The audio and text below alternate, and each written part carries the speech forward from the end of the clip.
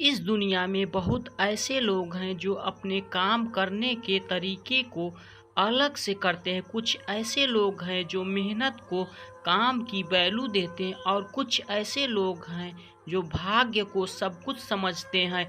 नमस्कार मित्रों, आपके अपने YouTube चैनल में स्वागत है। आप भी श्री कृष्ण के भक्त हो, कमेंट में जय श्री कृष्णा जरूर लिखें। चलिए शुरू करते हैं आज की प्रस्तुति।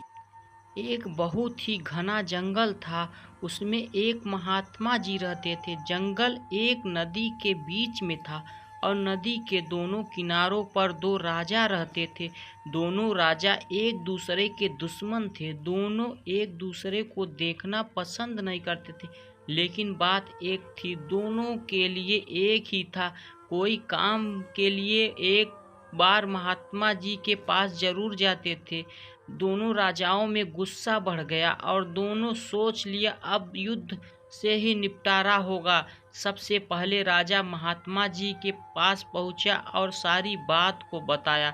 तो महात्मा जी ने बोला, राजन, आपके भाग्य में यह युद्ध हारना लिखा है। राजा बहुत है उदास हो गया और आशीर्वाद लेकर अपने महल आ गया और सबसे बोला, कफन बांध कर ही निकलो, जो होगा देखा जाएगा। ये तो मारे जाएंगे, मार कर आएंगे। दूसरी तरफ का राजा आया और बोला, महात्मा जी मेरा क्या होगा। महात्मा जी ने मुस्कुराते हुए कहा, बोला, राजन, यह युद्ध जीतना आपके लिए भाग्य में लिखा है।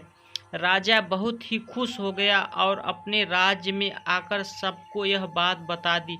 फिर क्या हुआ, अगले दिन जब दूसरा राजा युद्ध के लिए जा रहा था तभी उनके घोड़े की एक नाल टूट गया।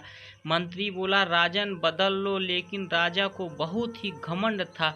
उसने बोला, हम तो युद्ध जीत रहे हैं, फिर चलो कोई बात नहीं है। राजा युद्ध में पहुंच गया और दोनों तरफ से सेना एक दूसरे पर टूट गई। थोड़ी देर बाद दोनों राजा एक दूसरे के आमने सामने और दूसरे राजा के घोड़े का नाल टूट गया।